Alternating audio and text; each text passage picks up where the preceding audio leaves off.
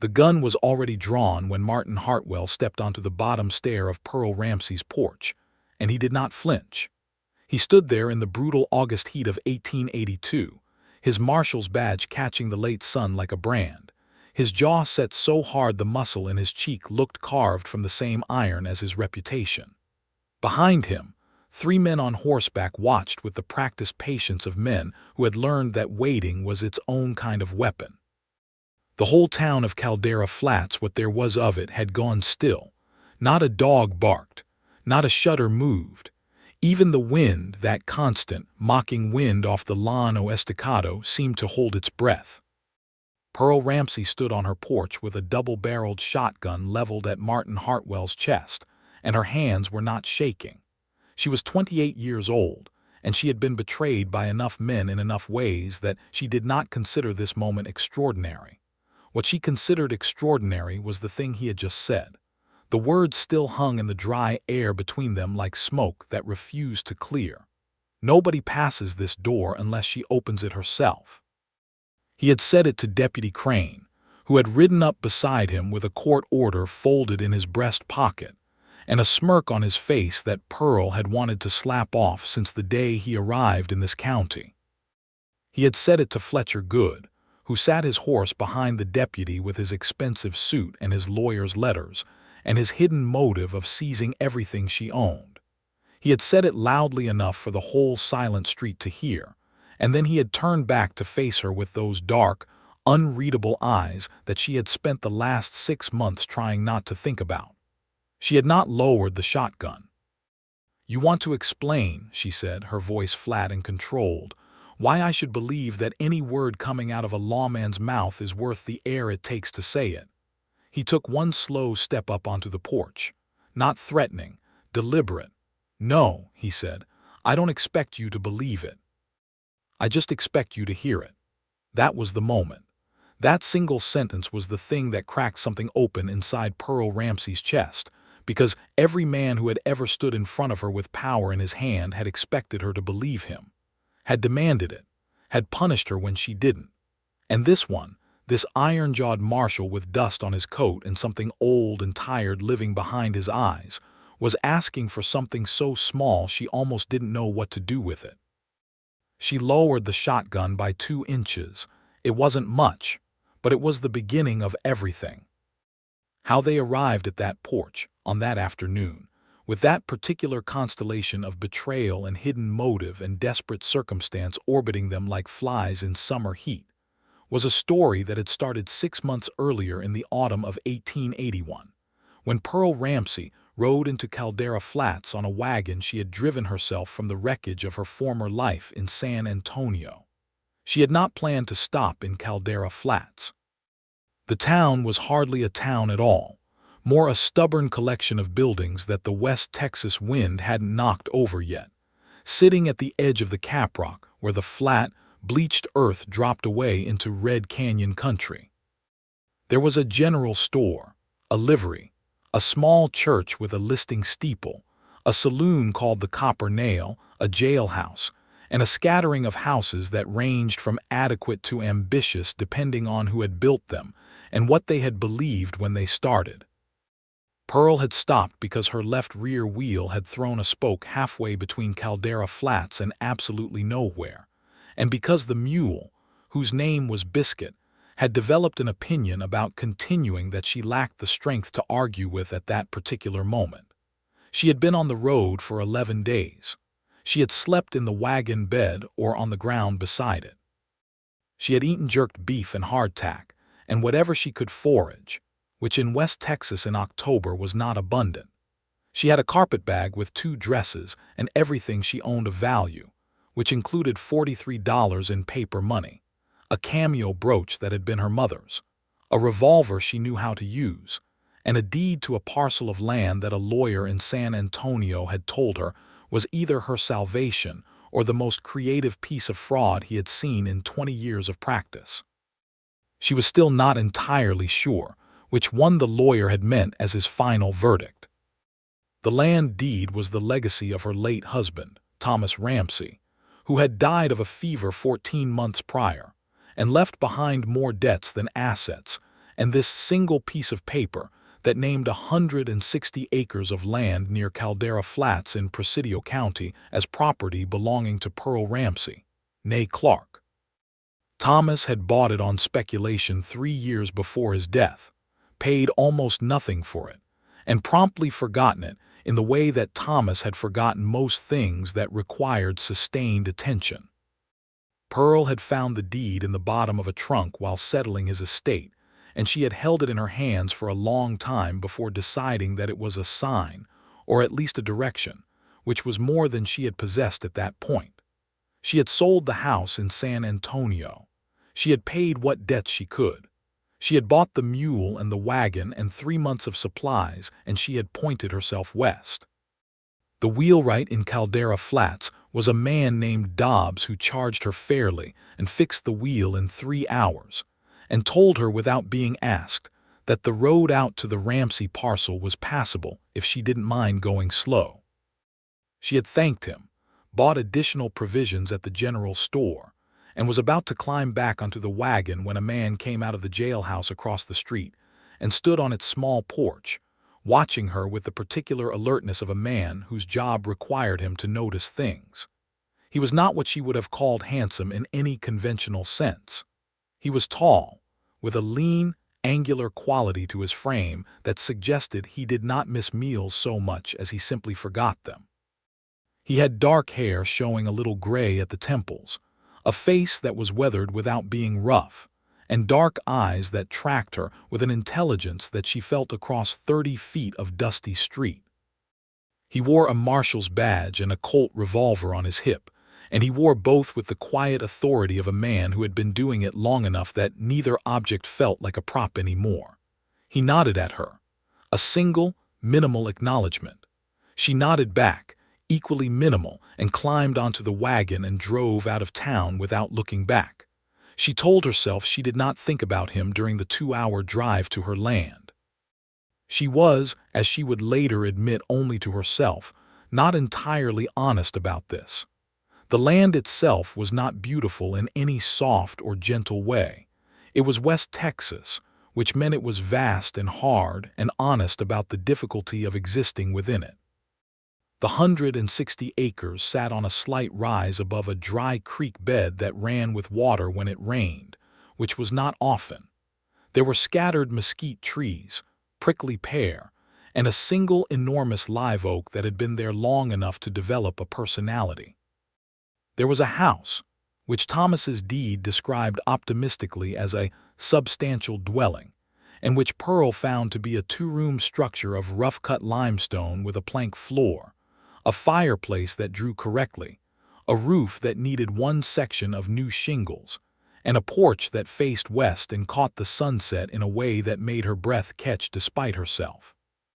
She spent the first night sitting on that porch with a blanket around her shoulders and the revolver in her lap, listening to the coyotes and the wind and the specific quality of silence that West Texas offered, which was not really silence at all, but a chorus of things that had learned to survive. She decided she was going to survive here too. She spent the first month doing what needed doing. She fixed the roof. She chased out a family of pack rats that had established themselves in the back room. She cleared the brush closest to the house and found, to her considerable satisfaction, that there was a functional well with good water 20 yards from the back door. She planted a kitchen garden, knowing it was late in the season, but needing the act of planting something to feel real. She introduced herself to her nearest neighbor, a Mexican rancher named Esteban Vega who ran cattle on the adjacent property with his wife, Consuelo, and their 4 children, and who looked at Pearl Ramsey's wagon and her mule and her determined face, and immediately offered to loan her whatever tools she needed. Consuelo Vega brought tamales on Pearl's 3rd day and sat in Pearl's kitchen for 2 hours and told her everything about Caldera Flats that she needed to know, which was considerable. The most important thing Consuelo told her was about Fletcher Good. Fletcher Good was a man from back east, from Kansas City specifically, who had arrived in Caldera Flats 8 months prior with money and lawyers, and an ambition that Consuelo described in terms that involved several Spanish words Pearl did not know, but whose meaning was amply clear from the tone. He had been buying up land throughout the county, and he had been buying it in ways that were not always strictly legal and not always strictly voluntary. He had a particular interest in the section of Presidio County where the railroad survey had recently been conducted, because there were men in Kansas City who believed very strongly that the railroad would come through this country within the next several years, and the men who owned the land when it did would become very wealthy. Pearl's 160 acres sat directly in the middle of the surveyed route. She had not known this when she arrived. She had known it for exactly 47 minutes when Fletcher Good himself rode up her drive in a fine buggy with 2 hired men behind him, and a document in his hand that he described as a generous offer, and that Pearl, reading it carefully, found to be something closer to an insult in paper form. She had told him she was not selling. He had smiled the smile of a man who believed that women who said they were not selling simply needed more time to understand their circumstances. She had told him that she understood her circumstances perfectly and that she would like him to leave her property. He had left. But she had watched his buggy roll back down the drive, and she had felt the particular cold certainty that this was not the end of it, only the beginning. She rode into town the following week for supplies, and because Consuelo had told her she needed to register her deed at the county clerk's office to make absolutely certain her ownership was unambiguous on the official record. The county clerk, a thin, nervous man named Pratt, had taken her paperwork and examined it for a long time with an expression she could not entirely read, and eventually stamped and recorded it with a thoroughness that suggested someone had previously told him to be thorough about exactly this kind of document. She was coming out of the clerk's office when she nearly walked into the Marshal. He caught her by the elbow reflexively, just long enough to prevent the collision, and then released her immediately, stepping back with a murmured apology that was also a question. "Are you all right?" "Yes," she said. "Thank you." She looked up at him, which required some looking because he was taller than she had gauged from across the street, and found him watching her with that same alert, assessing quality she had noticed before. Up close, she could see that his eyes were dark brown, almost black, and that there were lines around them that were not entirely from sun and wind. Some of them were from something else, something interior. "You're the woman who bought the Ramsey parcel," he said. It was not quite a statement and not quite a question. "I am Pearl Ramsey," she said. "I didn't buy it, I inherited it." "Martin Hartwell," he said. "I'm the Marshal." "I know what you are," she said. He looked at her for a moment, and something moved behind his eyes that might have been amusement or might have been something more complicated.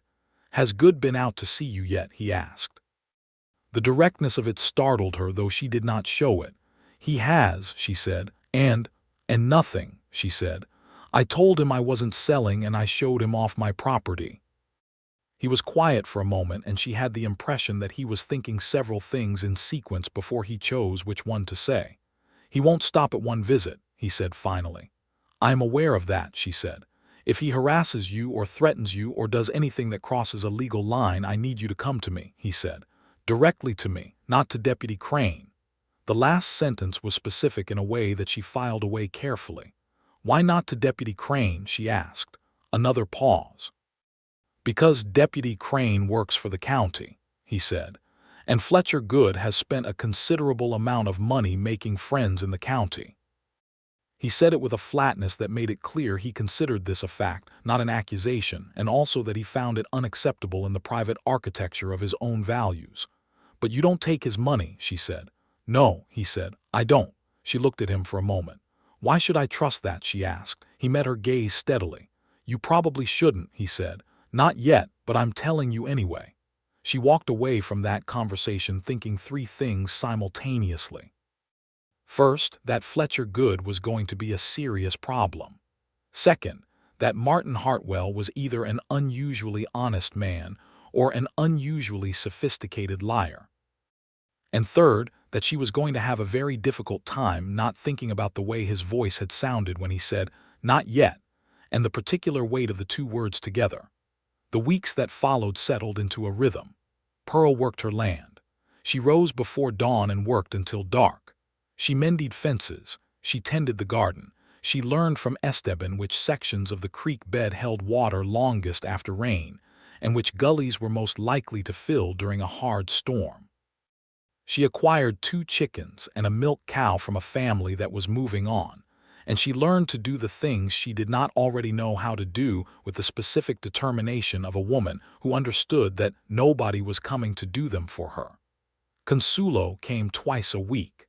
Esteban helped with the heavier work in the way of a neighbor who expected nothing in return and would have been offended by an offer of payment. Pearl began to feel, tentatively and with the caution of someone who had been fooled by feeling at home before, that she might actually be building something real here. Fletcher Good sent another man with another offer in late November. The offer was larger. Pearl refused it. The man left with the air of someone delivering a message that had a second part he had not said aloud. In December, she went into town for supplies and encountered Martin Hartwell outside the general store. It was cold, properly cold for once, the sky the color of iron, and he was loading provisions into his saddlebags with the methodical efficiency of a man accustomed to providing for himself. "Mrs. Ramsey," he said. "Marshal Hartwell," she said. There was a pause in which both of them did not say several things. Then he asked if she was doing all right out on the parcel, and she said she was, and he said he had heard she had refused Good's second offer, and she said she had, and then he said, "Good," with a brevity that contained more meaning than the single word should have been able to carry. "Is it good?" she asked, honestly curious about what he was thinking. He looked at her. "It's your land," he said. "You have every right to keep it. And you're right not to trust a man who keeps sending other men to do his convincing for him. Do you think he'll try something more serious?" she asked. He finished cinching his saddlebag and turned to face her fully. "I think he's a man who's used to getting what he wants," he said. "And I think he's decided that you're an obstacle rather than a person, which is when men like that start making choices they can't walk back from." She absorbed this. "You've seen men like him before," she said. "I've seen men like him in 4 different territories," he said, and the way he said it suggested that this biography contained things he was not elaborating on right now. She looked at him. "Where did you come from before here?" she asked. It was the first personal question she had asked him, and she saw him register it, saw something shift almost imperceptibly in his posture. "Kansas," he said. "Before that, Missouri. Before that, somewhere I don't talk about in polite company." "I'm not particularly polite company," she said. The corner of his mouth moved. It was not quite a smile, but it was adjacent to one, and it transformed his face briefly in a way that made her heart do something she immediately disapproved of. "No," he said, with what she could only describe as warmth. "I don't think you are." They stood there for a moment in the cold December street, and Pearl was struck by the peculiar intimacy of the exchange. The way they had managed to say several real things to each other in the midst of a conversation that was, on its surface, entirely unremarkable. "Merry Christmas, Marshal," she said. "Merry Christmas, Mrs. Ramsey," he said. She drove home through the cold and thought about him the entire way, which was something she was beginning to accept as simply a condition of her life now. January brought a hard freeze and a visit from 2 men Pearl did not recognize, who rode up to her fence line and sat their horses there for a considerable time without approaching the house. She watched them from the window with her revolver in her hand, and eventually they rode away. She could not prove they were Good's men, but she could not think of who else they might belong to. She drove into town the next day and went directly to the marshal's office. Martin Hartwell was at his desk when she came in, and he stood immediately, which struck her as a courtesy that some men performed by habit and some men performed by genuine instinct. With him, she suspected it was the latter. She told him about the men at the fence. He listened with complete attention, asking 2 specific questions, writing nothing down but clearly filing everything she said with the precision of a man whose memory was his working tool. "I want to ride out with you and look at the tracks," he said. "All right," she said. They rode out to her property together, which was the first time she had been anywhere in the company of a man who was not Esteban Vega since she had arrived in Texas, and the sensation was stranger than she had expected. Not uncomfortable. Strange in the way that things you have been quietly wanting and carefully not admitting to yourself are strange when they suddenly arrive. He read the tracks at the fence line with the competent thoroughness of a man who had spent years understanding what horses and the men on them were telling him. He said the men had been there for roughly half an hour, that there were two of them, and that one of the horses had a distinctive shoe that would be identifiable if he saw it again. "I'm going to go speak to Good," he said. "What can you say to him legally?" she asked. "They were at my fence line, not on my land." "I can say that I'm aware of the situation," he said. "That's sometimes enough to slow a man down." She was quiet for a moment. The sky was enormous above them, that particular West Texas sky that makes a person feel both insignificant and unexpectedly free. The live oak stood at the edge of her property, doing what it had been doing for 100 years, which was enduring. "Why are you doing this?" she asked. He looked at her across the winter-brown grass. "Because it's my job," he said. "I don't think that's the whole answer," she said. He was quiet for a beat. "No," he said. "It's not." He didn't say anything else, and she did not push, and they rode back toward town with the cold air between them, full of things that neither of them was ready to name yet. But they were there. They were absolutely there, and Pearl felt them with every nerve she possessed. And she drove home that evening with a fire in her chest that was frightening, not because it was unfamiliar, but because it was the most familiar thing she had felt in years.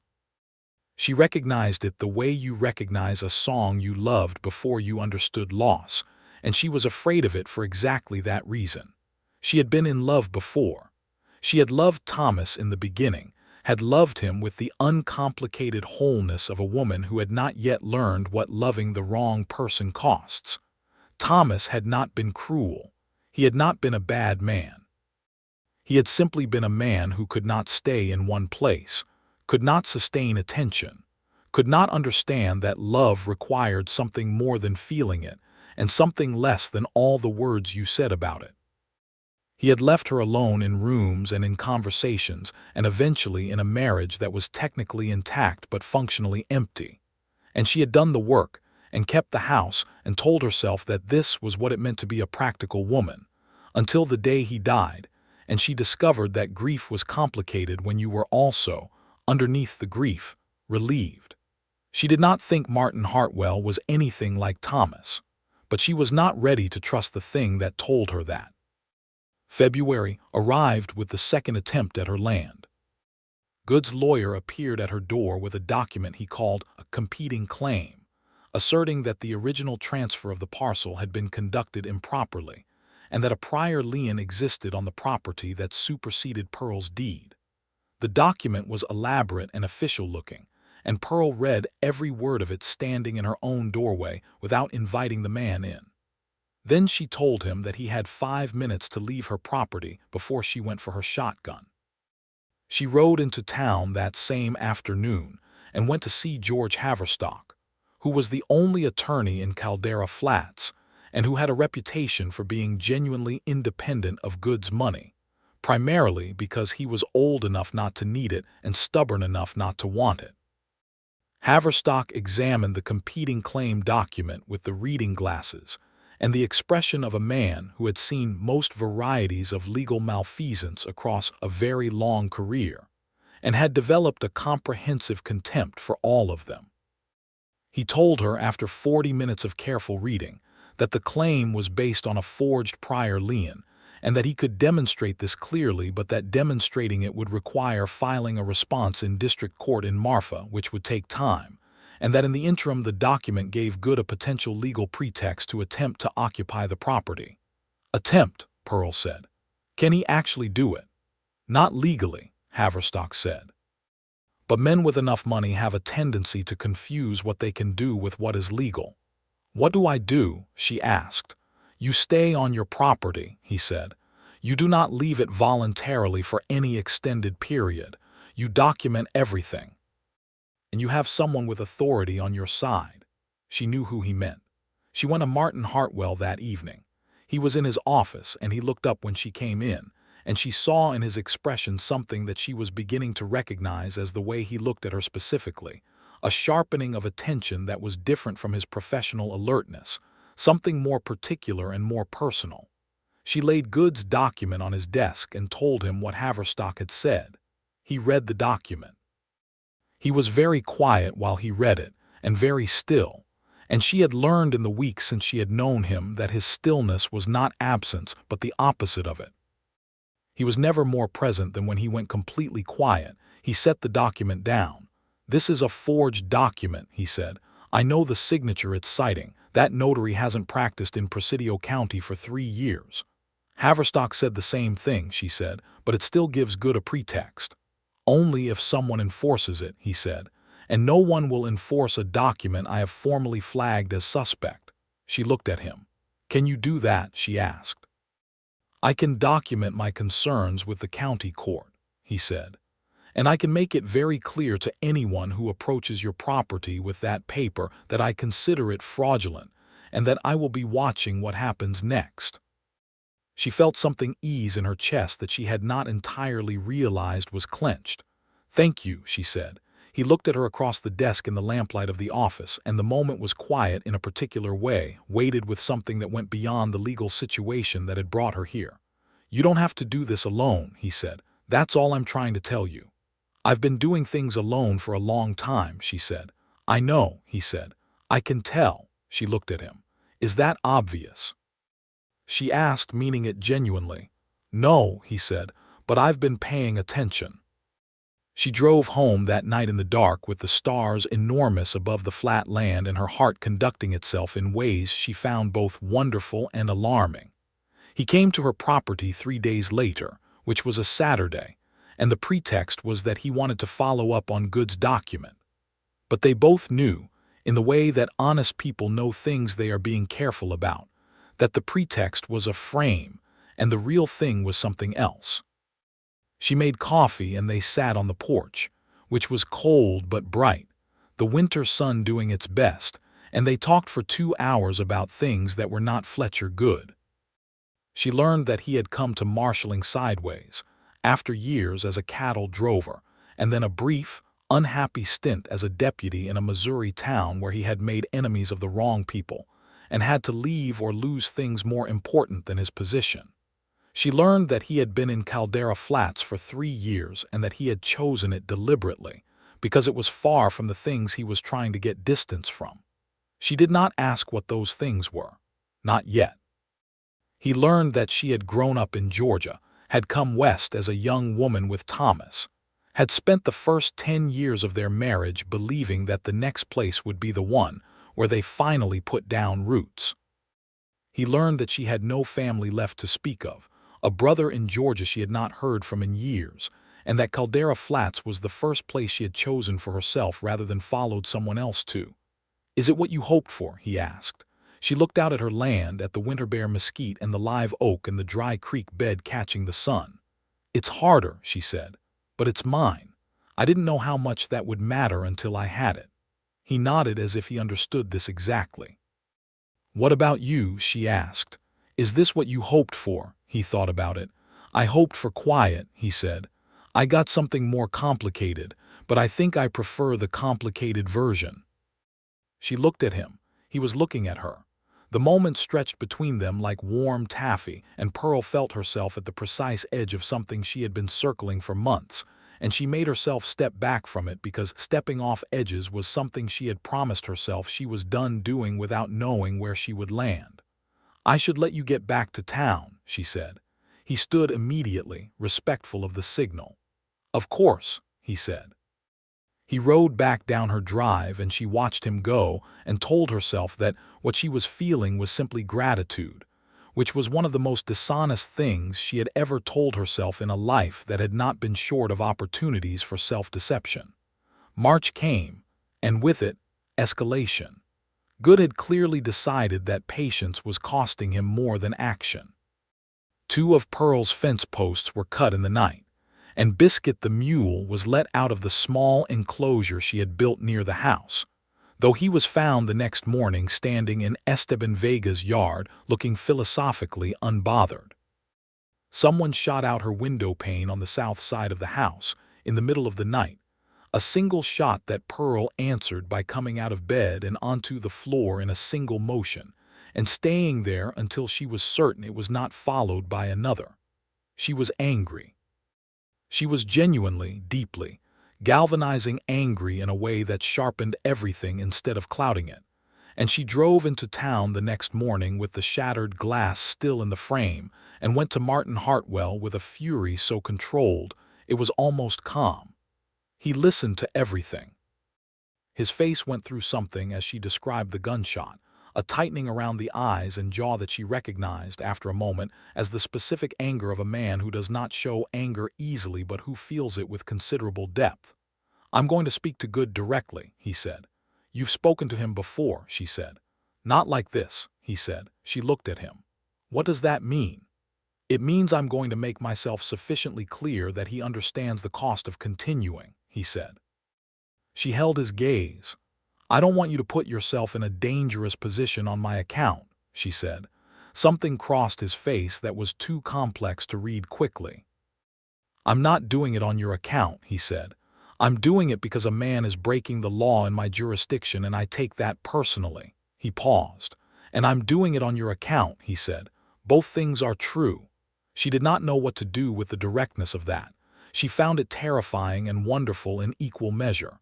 "Thank you," she said, because it was the truest response she had, even if it was insufficient. He went to Good. She did not know exactly what was said in that meeting, because he did not tell her everything, but she learned later from Consuelo, whose husband had it from Dobbs the wheelwright, who had it from someone in the saloon who had been present, that Martin Hartwell had walked into Good's rented office on Main Street and had stood across the desk from the man and had said, in a voice that did not rise above a conversational tone and did not need to, that the next act of harassment or intimidation or property damage directed at Pearl Ramsey would result in Good and every man in his employ being held personally and legally responsible, and that Martin Hartwell would see to it personally that the responsible parties went to prison in Fort Davis, and that this was not a negotiation. The fence posts stopped being cut. The night visits stopped. The window was not replaced by another broken one. 3 weeks of quiet passed, and Pearl began, carefully, to breathe. It was during those 3 quiet weeks that Martin Hartwell began coming to her property on Sundays. The pretext the first time was that he had found a bridle she had lost somewhere on the road between her place and town.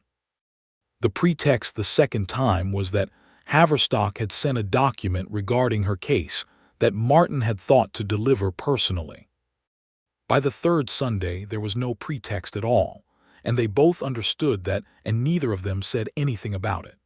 He brought a book once, a novel she had not read, and they sat on her porch and she read sections aloud in the late afternoon sun while he listened with his eyes half closed, and an expression of contentment that she found devastating in the best possible way.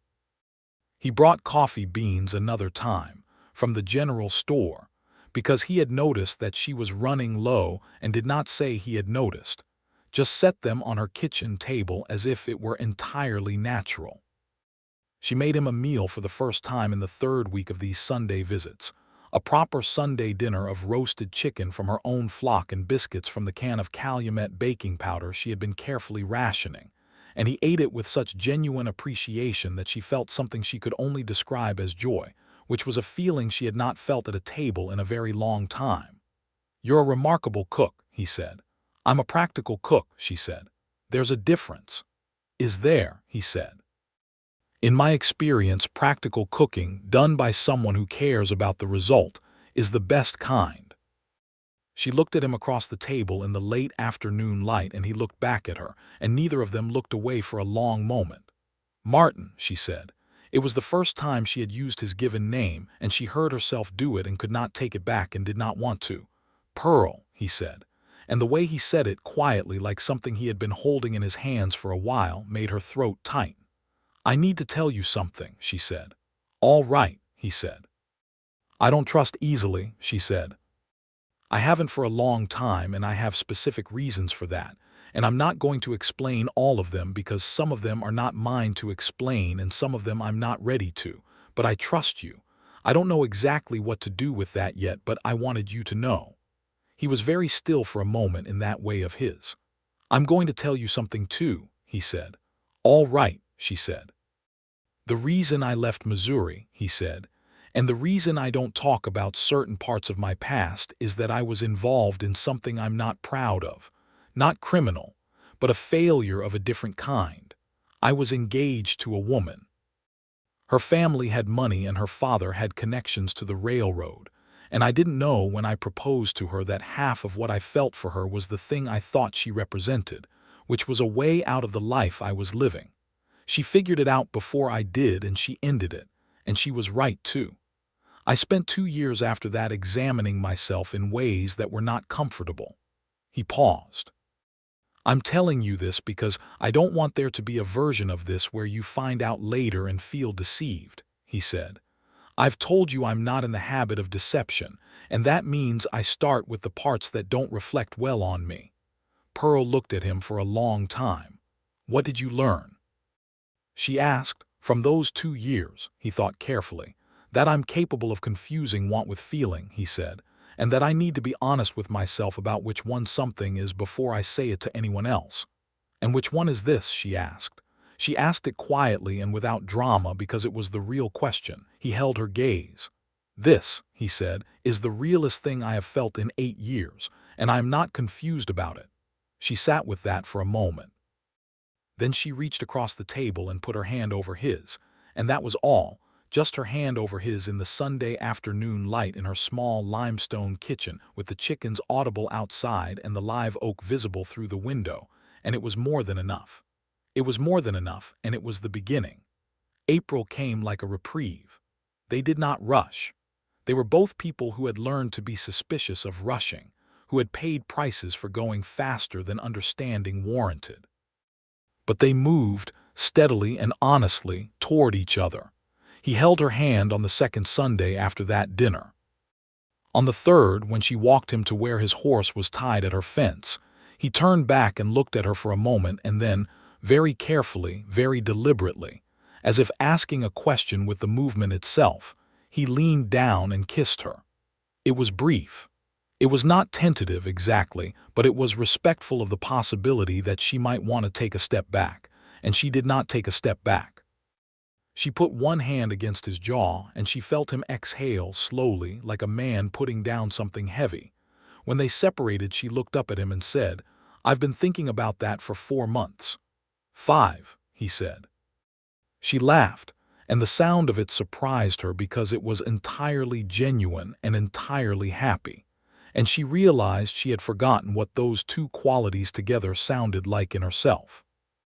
They went back to her porch and talked until the sun went down and the stars came up, and the night was warm for April, the first true warmth, and Pearl sat beside Martin Hartwell under the enormous West Texas sky and felt something she had been telling herself she was done with, something she had filed under the category of things that don't work out for practical women, unfurl itself inside her with the quiet certainty of something that had always been there, waiting for the right conditions.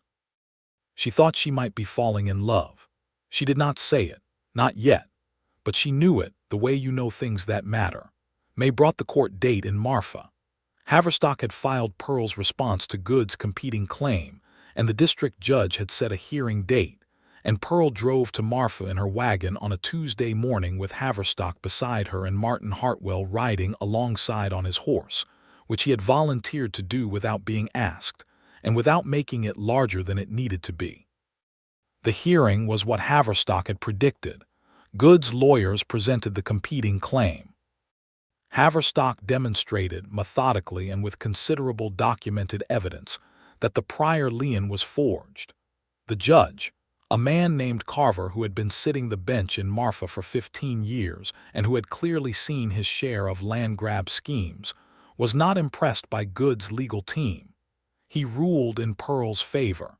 He validated her deed as unambiguous. He noted in his ruling that the competing claims showed evidence of deliberate fabrication, and that this finding would be referred to the appropriate authorities. Pearl stood outside the courthouse in the Marfa sunshine and felt a relief so profound that her knees briefly became theoretical. Martin was beside her, not touching her, because Haverstock was there, and because he was still the Marshal and she was still the woman whose case he had supported. And there were lines about appearances in small western towns that both of them understood without needing to discuss them. But he was close enough that she could feel the warmth of him, and he looked at her with an expression that was proud and relieved and something deeper underneath both of those. "It's done," Haverstock said, with enormous satisfaction. "He has no legal leg to stand on." "He'll find another angle," Pearl said, because she was a practical woman and she was right. "Then we'll deal with that angle," Haverstock said, which was the most optimistic thing she had ever heard him say. They drove back to Caldera Flats, and that evening Martin came to her house, and there was nothing formal about the visit. He came because they both wanted him there, and she opened the door before he could knock, which made him smile. "You heard the horse," he said. "I heard the horse," she agreed. He came inside, and she made coffee, and they sat at her kitchen table and talked about the hearing and what it meant and what might come next. And then they stopped talking about any of that and talked about other things, personal things, the kind of things you tell people when you have decided that they are a place where your true self is welcome. She told him about Georgia, about her mother, who had been a woman of extraordinary inner strength and very little outward acknowledgement, who had died when Pearl was 20 and left her the cameo brooch, and the understanding that a woman's value resided entirely within herself and not in what any man said about it. He told her about his father, who had been a man with a difficult temper who had loved his children in the hard, unexpressive way of men who don't know how to be soft, and about the brother he had and rarely saw, who was farming in Kansas and happy in ways Martin had initially envied and had come to understand as different from what he himself needed. "What do you need?" she asked him. It was the same kind of direct question he had asked her once, and she saw him receive it the same way she had. "This," he said, "exactly this." She looked at him. "You should stay for supper," she said. "I should," he agreed. He stayed for supper, and they washed the dishes together afterward, which was the most domestic thing they had done and also somehow the most intimate, standing side by side at her dry sink with the evening coming through the window. And at some point, he put down the dish he was drying, and she put down the one she was washing, and he turned to her, and she turned to him, and the distance between them closed without either of them making a conscious decision about it. He kissed her properly this time, his hands holding her face with a care that made her feel precious in the truest sense of the word, not fragile or decorative, but genuinely, irreplaceably important. She kissed him back with everything she had, with all the months of careful holding back and honest feeling and deliberate patience, and it was nothing like the first kiss and everything like a continuation of it. When they finally separated, she pressed her forehead against his chin and stood there for a moment just breathing, and he held her with his arms around her, and his face bent down toward her hair, and neither of them spoke because there was nothing that needed saying. He rode home eventually, because that was the right thing in 1882 in a small West Texas town, and Pearl stood on her porch and watched his horse disappear down the drive and felt so thoroughly, completely alive that it was almost startling. June brought Fletcher Good's final gambit. Having lost in court, he went back to his other tools. The court document he sent was a fabrication, this time more elaborate than the last, asserting that Pearl's original deed was fraudulent and that the land had never legally been Thomas Ramsey's to transfer. The document bore what appeared to be the signature of a county official. It was accompanied by a visit from Deputy Crane, who arrived at Pearl's door on a Thursday morning with the court document and two men she did not recognize. Pearl read the document on her porch while Crane waited with the practiced patience of a man who has been told to give the woman time to understand what was happening to her. She understood exactly what was happening. She looked up at Crane. "This is not a legal document," she said. "Ma'am, it bears the county seal," Crane said. "The county seal can be forged," she said. "The same as a notary signature." Crane's expression did not change. "Regardless, I have orders to inventory the property pending resolution of the claim," he said. "You will not step foot in my house," she said. "Ma'am, you will not step foot in my house," she said again, and her voice was the same temperature as the dry summer air, which was to say very hot and very still. She went inside and got her shotgun. When she came back out, Crane had moved to the base of her porch steps, and the two men with him had spread slightly to either side. She did not point the shotgun at anyone. She held it, and her holding it communicated everything necessary. "I'm going to get the Marshal," she said, "and you are going to wait right where you are until he gets here, and if any one of you puts a foot on my porch, I will make a decision." She did not specify what the decision would be. She did not need to. She sent Esteban's oldest boy, who was 12, and had been watching from the road with the wide eyes of someone observing history, riding hard to town. Martin Hartwell arrived in less than 40 minutes, which told Pearl that Esteban's boy had ridden very hard indeed. He came at a lope and pulled up at her fence and was off his horse before it had fully stopped, and he read the situation at the porch with a single comprehensive look that took in the shotgun and Crane, and the two men and Pearl standing very straight with the specific composure of a woman who was angry enough to be nuclear, but controlled enough not to be reckless. He walked up to the porch steps. Crane opened his mouth to say something, and Martin Hartwell said, "Not yet," with a single cutting precision that closed Crane's mouth. He turned to Pearl. "Are you all right?" he asked. "I'm fine," she said. He looked at her for one moment, a moment in which he saw all of it, the fear she was not showing and the anger she was showing and the absolute bedrock determination underneath both. He nodded once. He turned back to Crane and the two men, and he said in a voice that was entirely calm and entirely absolute, "Nobody passes this door unless she opens it herself." He said it once. He did not need to say it twice. Crane said, "Marshal, this document is forged," Martin said. "I will stake my badge on that, and I know the county clerk who I will have examining it within the hour." "You," he said, looking at Crane with an evenness that was more intimidating than anger would have been, "have a choice to make. You can ride back to town and report to whoever sent you that I have rejected this document as fraudulent, and we will let the court settle it. Or you can try to push past me onto this woman's porch, and I will arrest you for trespassing on private property and obstruction of justice, and anything else I can find that fits." He paused. "I am very good at finding things that fit," he said. Crane looked at the two men. They looked at Crane.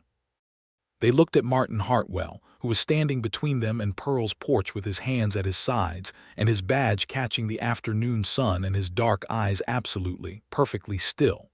They rode away, all three of them, down Pearl's drive and back toward town, and the dust of their going settled slowly in the summer heat.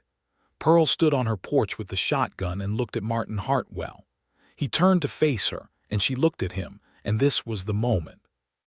This was the exact moment that she had described to Consuelo afterward as the one where she understood, completely and without any remaining reservation, that this was the man she loved, not because he had protected her.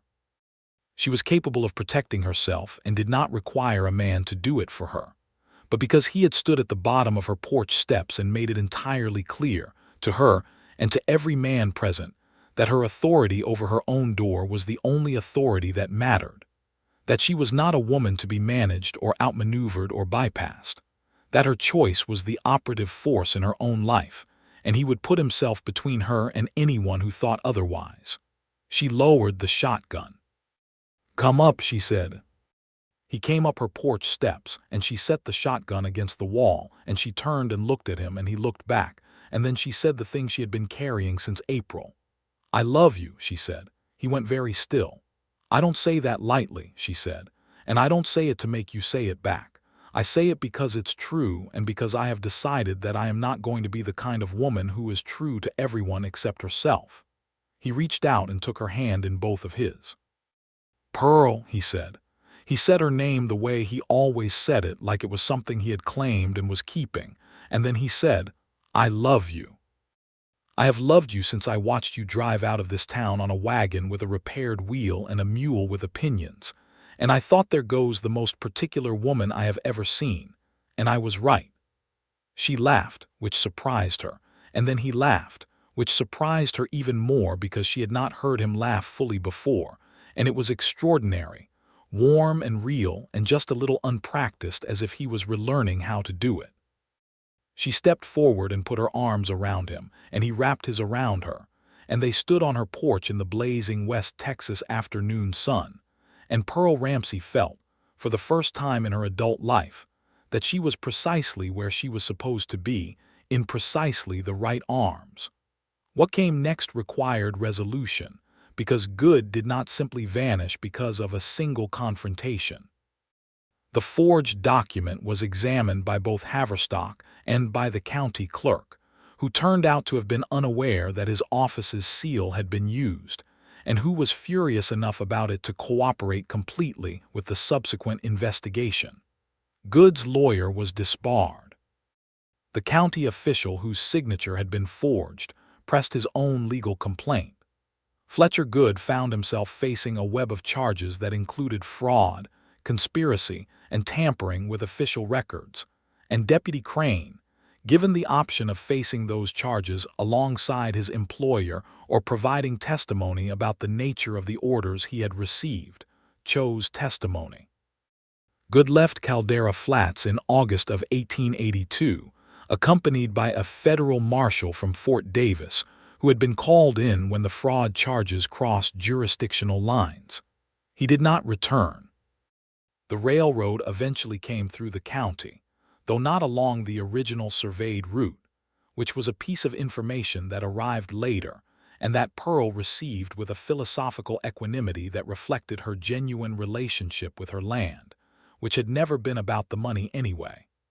Martin's formal approach to the matter of their future came on a Sunday in September, when the worst of the summer heat had broken, and the evenings were becoming something close to pleasant. He had been coming to her property every Sunday for months by then, and the town knew about them, and the town's opinion was a thing that Pearl had decided to manage with the same pragmatic directness she brought to everything else, which was to say she acknowledged it, conducted herself with dignity, and otherwise declined to be governed by it. Consuelo had told her, with considerable satisfaction, that the general consensus in Caldera Flats was that the Marshal was courting the Ramsey woman, and that they were both better for it, which Pearl thought was both accurate and none of the town's business, but accepted as the minor tax of living in a small place. He came that Sunday afternoon with nothing ostentatious, no flowers or elaborate staging. He came with himself, which was the thing she had always wanted most. They were sitting on her porch when he said, without dramatic preamble because that was not how he did things, "I would like to marry you, Pearl, if you'll have me." She looked at him for a moment. "Is that a question?" she asked. "Yes," he said. "It is absolutely a question. And I know what your answer might be to all the things the question carries with it, the way it changes your legal standing, the way it affects property rights in this state. And I want you to know that I've been talking to Haverstock about how to structure this so that your land remains absolutely, unambiguously yours regardless of what the law would otherwise default to. Because it is your land and it should stay your land, and I will not be the mechanism by which someone else gains a claim on it." She looked at him. He had gone to Haverstock. He had thought about her property rights before he proposed to her. He had arranged things so that the act of marrying him would not compromise her independence. "Yes," she said. He turned to look at her. "Yes," he said. "Yes," she said again. He took her hand and held it, and she saw something happen in his face that was beautiful in the way that real things are beautiful, not polished or arranged but genuine.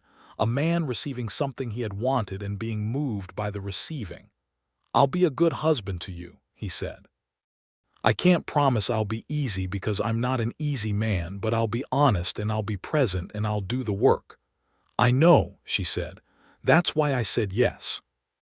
They were married in November of 1882, in the little church with the listing steeple, by the Methodist minister who had arrived in Caldera Flats 6 months prior, and who performed the ceremony with a warmth that suggested he found the occasion genuinely moving.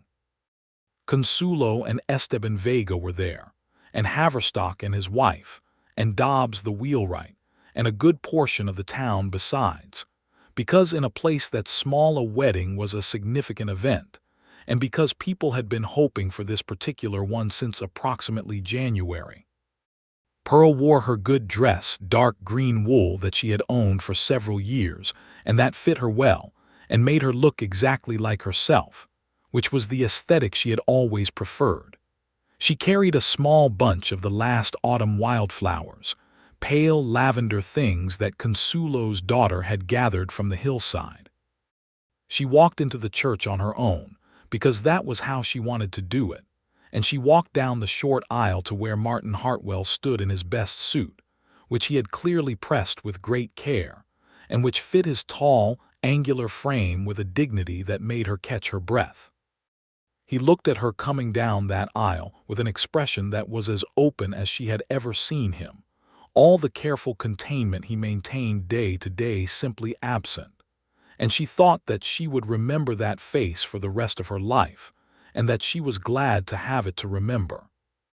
The minister said the words and they said their vows, and Martin's voice was steady and low and meant every syllable, and Pearl's voice was clear and unhesitating.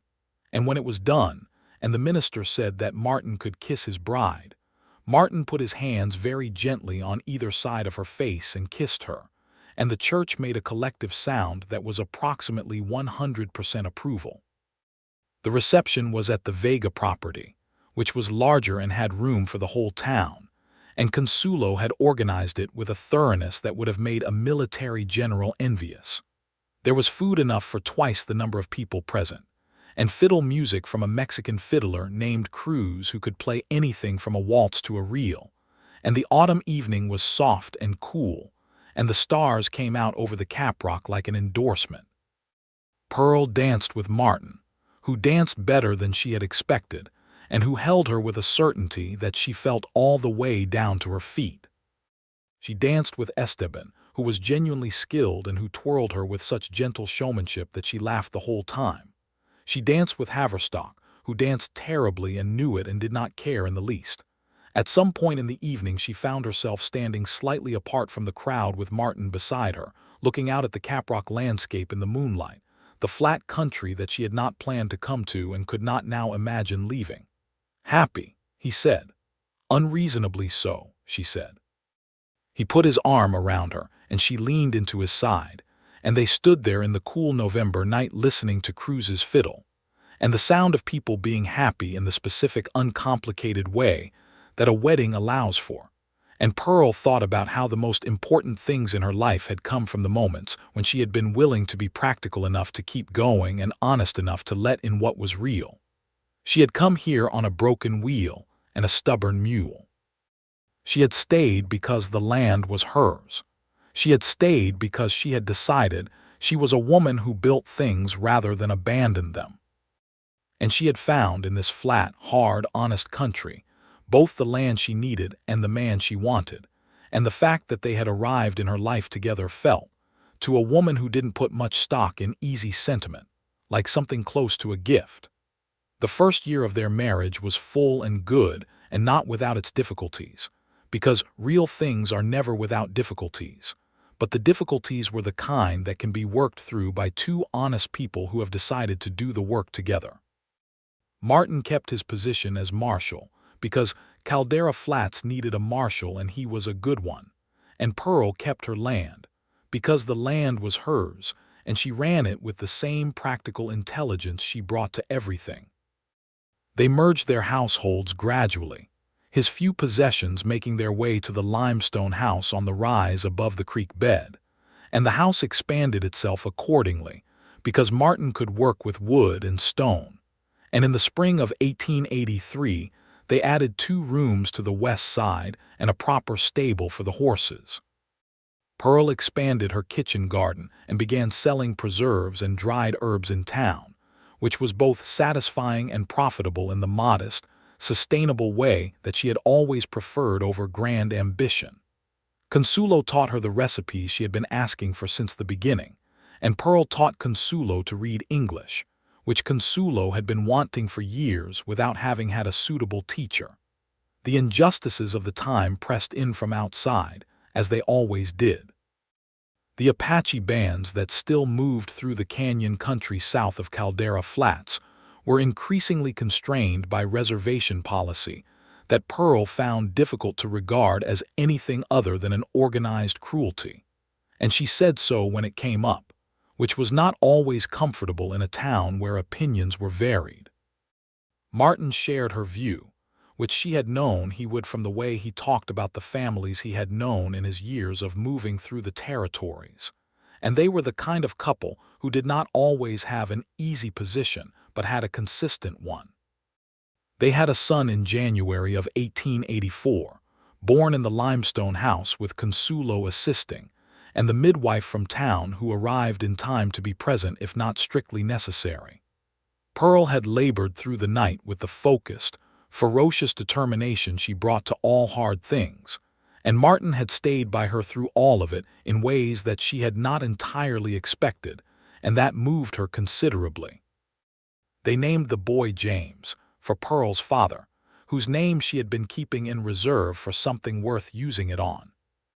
James Hartwell came into the world red and vocal and immediately opinionated, which his father declared evidence of a Ramsey inheritance, and which Pearl said she could not dispute. Martin held his son in those first hours with an expression Pearl had never seen on any face before, a kind of thunderstruck tenderness that had no self-consciousness in it at all, and she lay in her bed watching him hold James and felt a love so comprehensive that it had no edges she could find. "He has your mouth," Martin said. "He has your frown," Pearl said. Martin looked up at her and smiled. "That's not a frown," he said. "That's considered thinking." "He's 3 hours old," she said. "He's getting a good start," Martin said. James grew the way children do in good homes, which is to say faster than anyone thinks possible, and with a personality that surprises everyone including itself. He had Pearl's determination and Martin's quietness, and he had a gift for finding things, including the one snake that came into the yard in his second summer, the one wounded bird in every mile of open country, and the exact location of Pearl's preserving jars whenever he wanted the sweet ones. A daughter came 2 years later, in 1886. They named her Clara, which was Consuelo's suggestion, and which Pearl had been thinking about for 2 years without knowing why until she heard it said aloud, and understood that it was right. Clara was sunny in the way James was serious, and the combination of the two of them around the limestone house generated a quality of life that Pearl had not known she was capable of having, and that she was careful to be grateful for every single day. Martin was appointed a deputy United States Marshal in 1887, which was a recognition of a competence and an integrity that had been obvious to everyone in the county for years, and that the federal judiciary had finally caught up to. He still lived in Caldera Flats, still wore the local badge alongside the federal one, and the primary change in his daily life was that he now occasionally had to travel to Marfa or Fort Davis on federal matters, which Pearl managed with the independence she had always had, and the deeper security of knowing he was coming back. Esteban Vega died in the spring of 1888 from a lung complaint that had been building for 2 winters. It was a genuine loss, one of the real ones, and Pearl and Martin sat with Consuelo and her children through the first terrible days of it, and continued to be present in the weeks and months after in the way that close neighbors are, which is different from family only in the legal sense and not in the actual one. Pearl found herself, in the quiet of the evenings after the children were in bed and the day's work was done, sitting on her porch with Martin beside her and feeling something that she had to think carefully about before she named it. It was not contentment exactly, though contentment was part of it. It was something more active than that. It was the feeling of a life fully inhabited. She had come to this place with $43 and a mule with opinions and a land deed that might have been worthless, and she had built here not just a house or a livelihood but a life that was entirely, authentically, stubbornly her own, and she had found in the doing of it a man who had loved her without requiring her to be smaller than she was. And that was the thing, above all the other things, that she wanted to hold correctly in both hands and never take for granted. "What are you thinking about?" Martin asked one evening in the late summer of 1888, sitting beside her on the porch in the warm dusk with the coyotes beginning their distant commentary and the first stars arriving over the caprock. "Everything," she said. "Nothing in particular, the way everything happened." He was quiet for a moment. "I keep thinking about that first day I saw you," he said, "driving out of town on that wagon."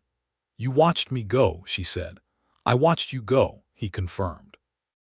"And I thought, I hope she has someone to help her out there." "I didn't," she said. "I know," he said. "And then I thought, I hope she doesn't need someone to help her out there because she has the look of a woman who doesn't." Pearl smiled. "Both things can be true," she said. "Not needing help and being glad of it when it comes from the right place." "Both things," he agreed. He reached over and took her hand, and she let him, and they sat in the evening together watching the Texas sky go from gold to amber to deep violet to the full dark that in that country was never truly dark because of the stars. James called from inside the house. Some dispute with Clara about something that was probably very important to both of them and would be incomprehensible to adults, and Pearl and Martin exchanged a look of shared, amused, exasperated love, and Martin called back for them to settle it between themselves because they were old enough, and there was a brief negotiation audible through the window and then quiet. "We should go in," Pearl said. "We should," he agreed. Neither of them moved for another few minutes, holding hands in the dark, listening to the West Texas night. "I love you," she said. "I love you," he said, unreasonably and without apology. She laughed, and the sound of it went out into the dark country around her house, her land, the 160 acres that the railroad had not taken and Fletcher Good had not taken and time itself had not taken, and she felt it echo back to her from the canyon country in the south, from the caprock to the west, from the big sky above and the hard earth below. She had opened her own door. Every day she opened it and let the life in, and the life was good, and she was grateful, and she was known, and she was loved. In 1890 they had a second daughter, whom they named Ruth, a name Pearl had associated with persistence ever since Sunday school in Georgia, and Ruth Hartwell arrived with the same vocal and considered opinion about the world that James had possessed, which made Pearl laugh when the midwife placed her in her arms, because it suggested some things ran very deep indeed. James, at 6, received his new sister with the gravity of a small person who has just been handed a significant responsibility. Clara, at 4, received her with the enthusiasm of a person who has always wanted a project. Martin received her the way he had received James, with that same thunderstruck tenderness, and Pearl watched him hold Ruth in the lamplight and felt again that love without edges. 3, he said. 3, she confirmed. "Are we done?" he asked in the careful tone of a man who does not intend to make that decision unilaterally. She thought about it. "Ask me in a year," she said. He nodded. "Fair enough." In the spring of 1891, the answer was yes. They were done, and it was the right decision for the right reasons, and they made it together, which was how they made all their decisions, and it was sufficient. The years that followed were the deep, settled years that are not full of dramatic incident and are everything, the years where children grow into people and a marriage grows into something that has been tested and has held and is stronger for having held. Pearl's kitchen garden became a proper growing enterprise, her preserves sold at the general store and eventually ordered by a merchant in Marfa who had heard about them from someone who had passed through. Martin's reputation as an honest and thorough lawman extended through 3 counties, and he was offered positions in larger towns twice and declined both times, which was a decision Pearl had told him to make entirely for himself, and which he had made with the information that what he had in Caldera Flats was exactly what he had wanted, and he was not confused about that. James turned 12 in 1896 and was already doing the work of a man in many respects, the particular earnestness of a boy who had grown up watching his parents do things the right way and had absorbed the lesson. Clara at 10 was fierce and creative, and had a talent for drawing that Pearl encouraged with the specific commitment of a woman who had been told once that her ambitions were not practical, and who had decided that practicality was not the ultimate virtue. Ruth at 6 was determined and joyful, and had her father's habit of going very still when she was thinking about something important. On a Sunday evening in the late autumn of 1896, Pearl Ramsey Hartwell stood on her porch as the sun went down over the flat country to the west, and looked at the live oak that had been there before she came and would be there long after, and at the stable Martin had built, and the garden she had planted, and the chickens whose descendants were the great-grandchildren of the first two she had acquired in that first year, and at the house where her children were inside doing the things children do on Sunday evenings. Martin came and stood beside her. He put his arm around her and she leaned into him the way she had been leaning into him for 14 years, and it was the easiest thing she knew how to do. "What are you looking at?" he asked. "Everything," she said. He looked with her for a moment. "It's a good everything," he said. "It is," she said. "It really is." The wind came off the caprock, that constant West Texas wind, and it moved through the live oak the way it always had, and Pearl heard it the way she had learned to hear everything here, as the voice of a place that was hers, that she had chosen and claimed and cultivated, in the way that you cultivate the things that matter.